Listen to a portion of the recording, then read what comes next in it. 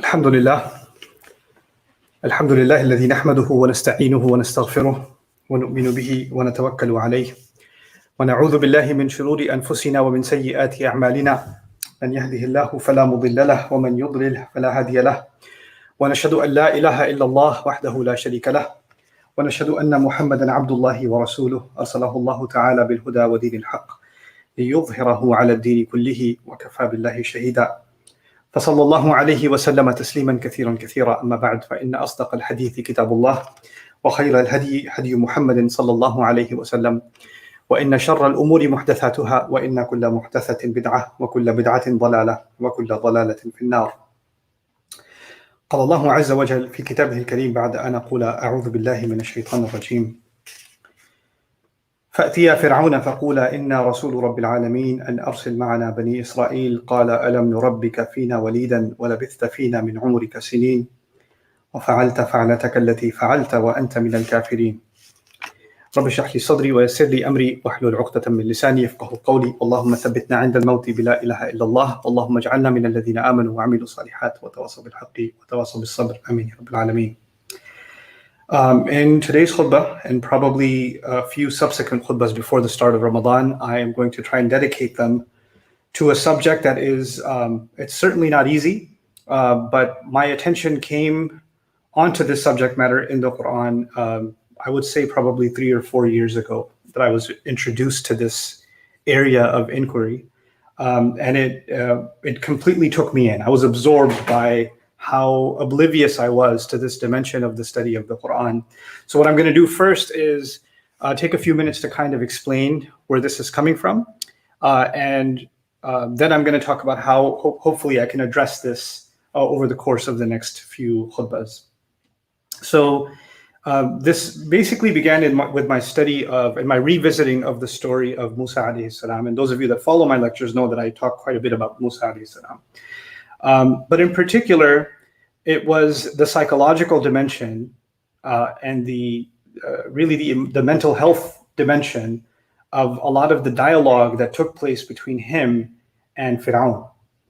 And those dynamics they were very unique because I had studied tafsir on the subject before, but I had never looked at them from a psychological lens. And this is important because obviously Musa alayhi salam was raised by the Pharaoh. He's the father figure in his life. So you can argue he's an abusive father figure in his life. He's also someone you can't escape because he lives in the empire. Where's he going to go? If you have someone abusing you, you will report to the authorities, and he's the Fir'aun, he is the authority. So you can't go anywhere. It's a mixed sort of a relationship because on the one hand, he is hateful and enslaving his own people. And on the other, he's providing for him. He's giving him a roof over his head. He's basically paying the bills, if you will, right? He's also sheltering his own mother because his provisions, Allah made it so that the means of rizq for Musa alayhi salam and for his biological mother and his adopting mother is all being provided by Fir'aun, right? So they're in a sense dependent on Fir'aun too. They've been raised by him. And so whatever transpires, we look at the events in the lives of prophets and the events that are being talked about in the Qur'an. We look at them from a faith point of view. There's the side of iman and there's the side of kufr, right? And there's the side of haqq, the truth, and there's the side of batil, falsehood. And all of that is absolutely true and valid. And when we study these stories and these events that are mentioned in the Qur'an, we look at them to extract from them things that will help our faith, things that we maybe just extract as matters of mannerisms or ahkam even, or principles of our aqidah, of our belief system. But there's another dimension that is very rich to be extracted from this exchange. Allah mentioned this very human exchange, right? Between someone who has feelings towards someone that raised them, and now he has to go and confront them, right? And he has to basically, when you are going to someone who has sort of an authority over you your entire life, because not every relationship is equal, right? Maybe twins, they're equal. But even siblings, one sibling is older than the other, they have some level of authority or influence, and there's a power imbalance in virtually any relationship. Husband and wife, there's a power imbalance. It could go either way, right? Rarely is it on equal footing. Parents and children, they're not on a power balance. There's an imbalance. Parents may be in a position of authority. And it may happen that later on, they're now disabled and the son or the daughter is paying the bills and taking care of everything, and they're retired. So there's another power imbalance.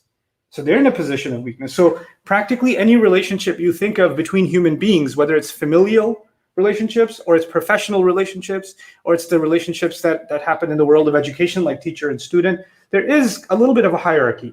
There is a power structure, if you will, right? And that is a very difficult thing to navigate if the one that's in the lower position has to confront the one in the higher position. So one of you that's a younger sibling has a very hard time confronting the older brother about something they did wrong.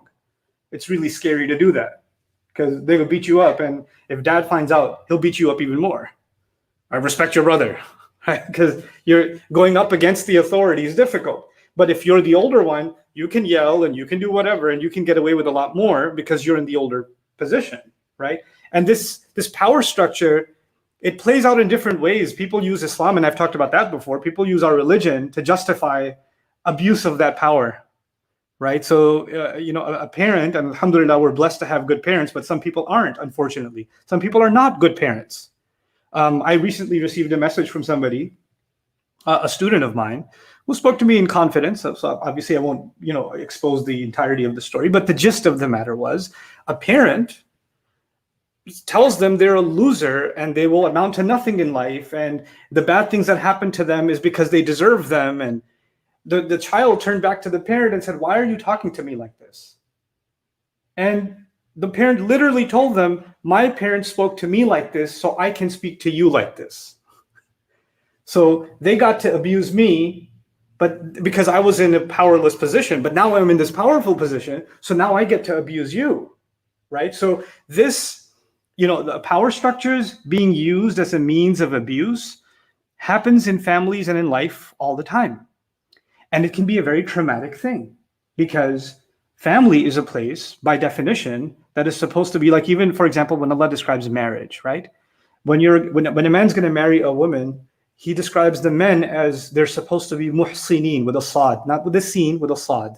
Ihsan, like Islam, Iman, and Ihsan is to do your best. But muhsinin from ihsan comes from hisan, which is the fort. So you're bringing this woman that you're marrying into your fort. So you're protecting her from the outside world. You're protecting her dignity, you're providing for her. And if you think of the ancient forts, they weren't just protection from the enemy on the outside, they were a complete means of privacy. The outside world doesn't know what's going on inside, and they would have months and years of food supply inside the fort in case of a siege, right? So it's providing for her, protecting her. All of it is coming in one. And of course, it's a matter of prestige to be living in a fort. So you're honoring her too. So those matters of protection are fundamental to family relationships because we're supposed to be safest with our own family. We're supposed to be safest with those that are closest to us. We're supposed to have our guard down. You have your guard up with a stranger. If a stranger says something to you, you could be a little bit guarded. You could take it with a grain of salt. Well, I don't really know their agenda. But your family member, you don't have any assumptions that they mean harm towards me. You have your guard completely down. You're completely vulnerable before them, and they're vulnerable before you. At least that's how things are supposed to be. But too often, they're not like that. And it's not because you're not a good person or they're not a good... And, Allah gave us these remarkable examples to remind us that even the best people had very difficult family situations, right? So Musa alayhi salam, the most mentioned prophet in the Qur'an, has an abusive father figure.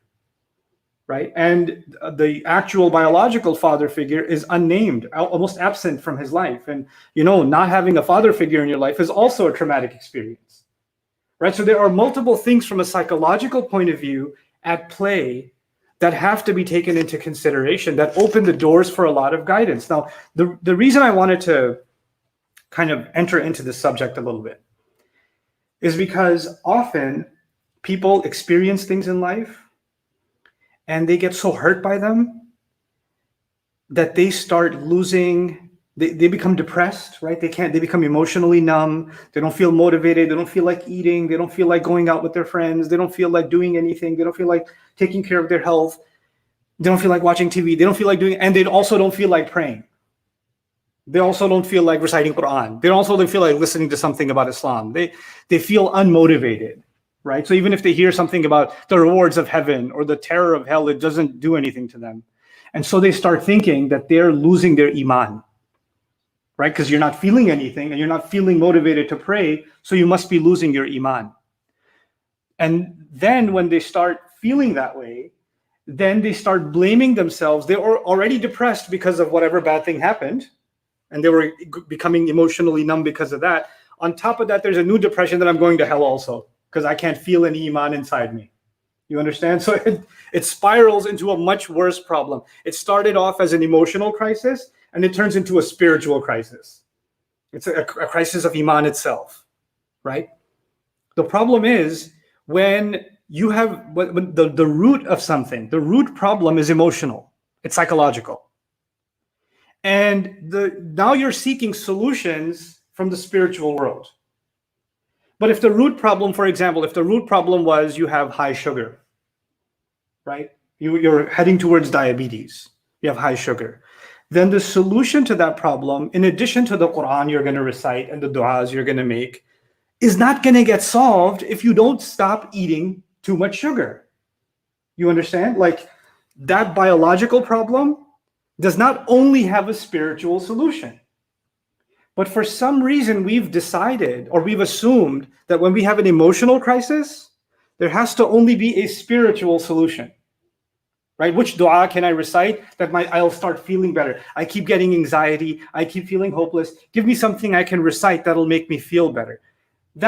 You're looking for a spiritual solution, but if you don't address that spiritual crisis came into existence as a result of an emotional crisis, and you don't address that emotional crisis, then you're not going to be addressing the real problem. And you're putting the remedy on top of a spiritual solution, and it's not working, and you become hopeless even in the spiritual solution, and it becomes a big, giant crisis of faith. You understand? So this is why when I looked at it from this point of view a couple of years ago, I realized something. Allah it's very limiting to talk about the Qur'an in a way that we think only offers spiritual solutions. That remembering Allah is all he talks about. Remembering Allah is a very powerful thing, and it's a multidimensional thing. It's a huge thing. But it's not the only thing Allah talks about. Allah actually does talk about emotional trauma and crisis. And he does talk about how to navigate that crisis and how to address it. And then on top of that, he offers, these very sensitive spiritual solutions, not generic solutions to those kinds of crises. So what I'm going to start with is, and in my career in lecturing and giving talks, I have addressed some of this in a limited time window. Like I went on a tour to do story nights, for example. Many of you had attended those, and I talked about some of these things and how they're highlighted in the story of Musa alayhi salam. But of course, that's not an opportunity to dive deep. So what I'm hoping to do in these khutbahs is to kind of take a closer look at some things that are going on in these ayat from this point of view. So today's khutbah is going to be dedicated to one dimension of that. And I've taken quite a bit of time for this introduction, but I thought it was necessary. And we're going to look deeper at the word trauma. Of course, in the medical community, when someone's coming in with trauma, it's kind of like a blunt force trauma, or it's some kind of an injury, it's a broken bone or a leg or a stab wound or a gunshot wound or something like that. But in the world of psychology, or in the dictionary sense, a deeply distressing, I'm reading the dictionary definition now, a deeply distressing or disturbing experience, emotional shock following a stressful event, or a physical injury, which may be associated with physical shock and sometimes leads to long-term neurosis. Neurosis meaning long-term depression, long-term anxiety, long-term negative emotional consequences. That's when you've experienced a trauma. You had a terrible experience. It keeps coming back to you. You keep thinking about it over and over again. When you see that person who caused it to you, who said those horrible words to you, everything starts playing in your mind all over again. You revisit that terrible experience, right? So that's kind of the idea behind trauma. Now, the kind of trauma that I wanted to highlight today is the kind of trauma that comes from complicated relationships. And that's why I brought up the example of Musa alayhi salam, and that's why I recited those ayat from Surah Asy-Syu'ara. So Musa alayhi salam is coming back to his home where he was basically raised, but he's coming not as the son of the Pharaoh, the beloved son, who messed up and ran away from home, which is already pretty complicated, but he's coming home to declare that he's a messenger of Allah. And he's coming home to tell the king who calls himself God that I come on behalf of the real God. You aren't it. So he's going to commit the worst crime in the kingdom of Egypt, which is to defy the ultimate authority, the king, to his face. And to do that in his own court. And the where it's coming from is from his own son, declared son, right? Now, I want you to think of it from the other side, from Fir'aun's point of view. I know that sounds astaghfirullah al-azim, but stop for a moment and just think. In his mind, I had this boy that I raised, that I have given nothing but love to, that I know is not from my race, that I know is from the slave race, and I should have slaughtered him, but I allowed him not only to live, but to live the life of a prince. I gave him this life. And the next thing I know, I hear he killed someone, one of our own. And not only did he kill someone, he didn't take responsibility for what he did, he ran away.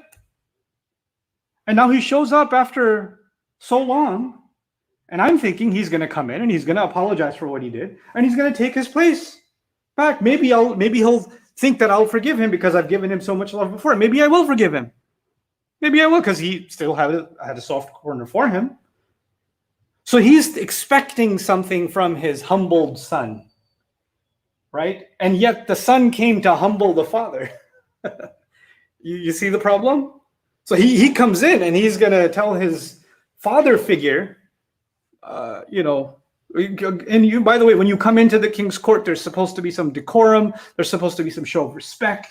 There's supposed to be, it's an honor to meet you. Thank you for seeing me. I know it's difficult. I grovel at your feet for what I have done. Some show of humility and some show of the grandeur of the king. He walks in and Allah has commanded him, so he has no choice in even picking his own words.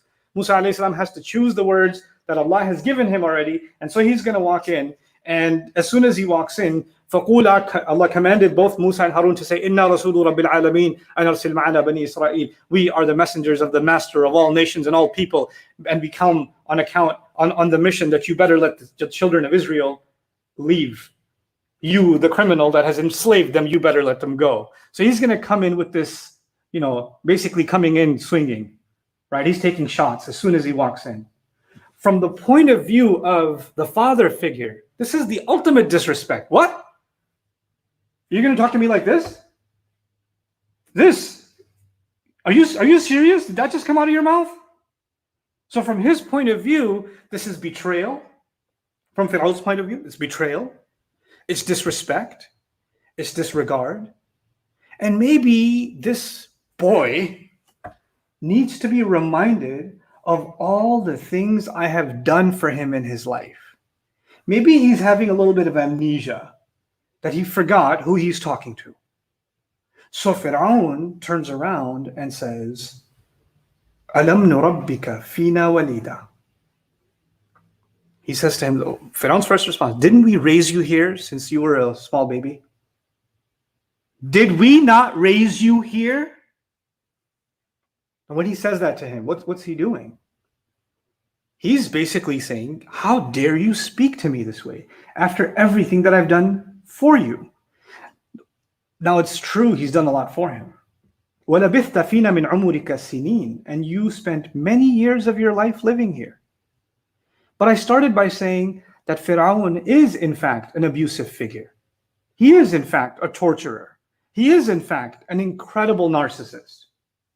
He is in fact all of those things, all of those evil things that his own wife is seeking refuge from him. وَنَجِّنِي مِنْ فِرْعَوْنَ وَعَمَلِهِ. Not just rescue me from Fir'aun or rescue me from his belief system. No, from what he does. Rescue me from what he does. Some scholars actually translate amalihi, interpret amalihi to mean that he was physically abusive towards her too. So he is that kind of a person. It's not, he's highlighting the good that he's done, but he's purposely not mentioning any of the bad that he's done. And that's human tendency. It's not just Fir'aun tendency, it's human tendency. You look back at some relationship you've had with your parents, with your sibling, with your spouse, whoever, and you think back at they did something bad to you, right? Put yourself in, I know it's scary, but put yourself in Fir'aun's shoes for a moment. You're going to look back and think of all the good things you did for them. That's what's going to come in your head. All the good things you did for them. How could they talk to you this way when you did all these good things for them? But what's not going to come in my mind is all the bad things that I did. We're programmed to guard ourselves from facing our own dirty laundry. We're programmed to see how they're being abusive. Like, you see, we know from a faith point of view, Fir'aun is the abuser, Musa alayhi salam is the abused in this case. He's being gaslit. That's what's happening. But from Fir'aun's point of view, he's the victim. From Fir'aun's point of view, my son that I raised is disrespecting me after everything I did for him. You understand? What this teaches us is a very powerful reality, that when you and I are traumatized, then it's very easy and actually very natural for me to think about all the wrong that was done to me and all the good that I did for them. That's the first equation that comes in my mind. But it's very difficult at the same time for me to even think, okay, let's just say they are in fact 99% abusive. 99%. Did I do anything wrong at all? No. Whatever I did is because they did X, Y, Z. You see? Whatever I did is because, like, when Musa alayhi salam even killed someone, he could say, you create a system of oppression. You have your authorities go and beat up on old slaves. And I go and even try to defend someone. And yes, he died, but that doesn't erase the fact that you created an oppressive system that allowed for something like that to even happen to begin. He doesn't go down that logical rationale. He doesn't. He just says, I made a mistake. I was lost. I admit. He doesn't say, yeah, I was wrong, but let me tell you why. Let me give you the rationale. That's for a later time. So now what I want to share with you is, not only is this a complex thing, where both sides have their own truth, isn't it? Fir'aun has his own truth, and Musa alayhi salam has the truth.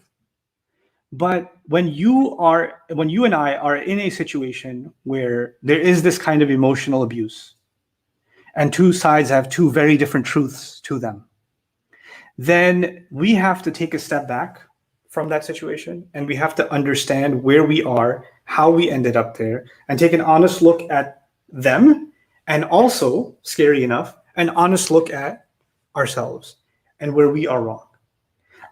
Inshallah, I plan on continuing this discussion based on some of these concepts. I know a khutbah is a very limited time window opportunity, so I hope to kind of try to do as much justice to this as I can based on some of these ayat and some other places in the Qur'an. But I want to leave you with the following.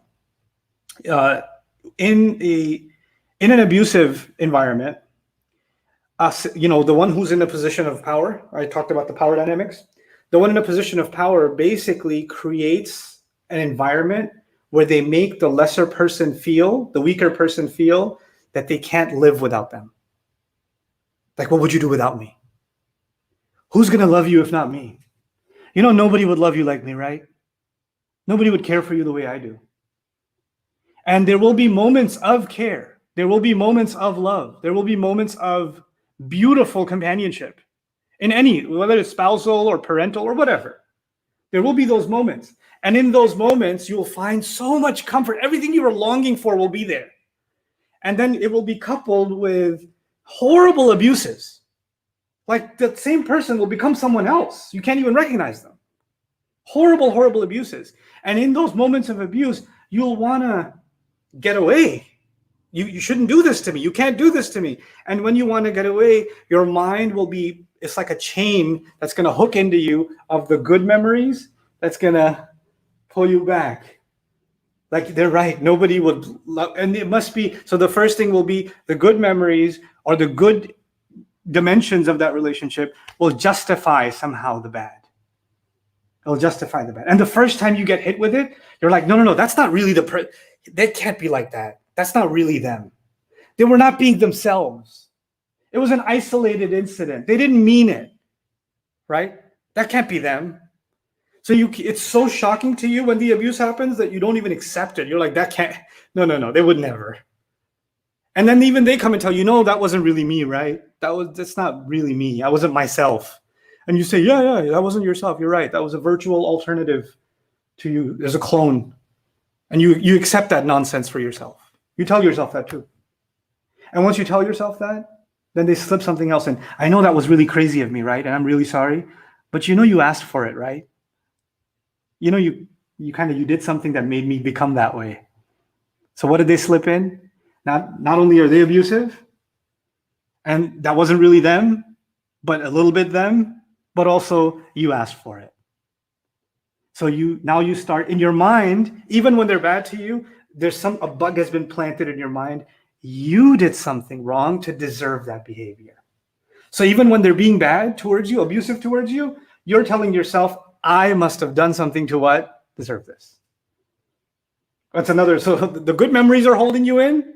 And when the bad times happen, then blaming yourself is keeping you there too. I'm so bad to them. Of course they're going to be like this. Because normally they're so loving towards me. They turned into this monster because I made them into a monster. That's why they're acting like this. That's why they're doing that to me. And they're convincing you of this picture of blaming yourself. And if you can't even blame yourself anymore, then you train yourself to justify their behavior. So you come up with, they're under a lot of stress. Oh, they're going through so much. That's why they're like that sometimes. That's not really who they are, though. I mean, what do you expect? They're just human, right? So this is called istighfaf, by the way. Fir'aun used it for his people. Yastafizzahum. Istighfaf and istifzaz, both of those words. I talked about it a long time ago. And then, of course, the final is, it's not that bad. I mean, if you compare the good to the bad, the good is so much more. So you just look at the bright side and be grateful, right? To blind yourself to the bad. What is Fir'aun doing? What did Fir'aun do when Musa alayhi salam came back? Didn't I raise you here since you were a baby? Didn't you live many years of your life here? Isn't that the good? So let's highlight the good. Let's gloss over all the bad that doesn't need to be addressed. So what happens with most people? They swing one of two ways. Either they only remember the bad, or they only remember the good. And what I'm hoping that we learn from all of this is we have to take a step back, control our own emotions, not put those blinders on and let those manipulations go, and be able to see the good for the good and the bad for the bad. Only then you can figure out what to do with your life.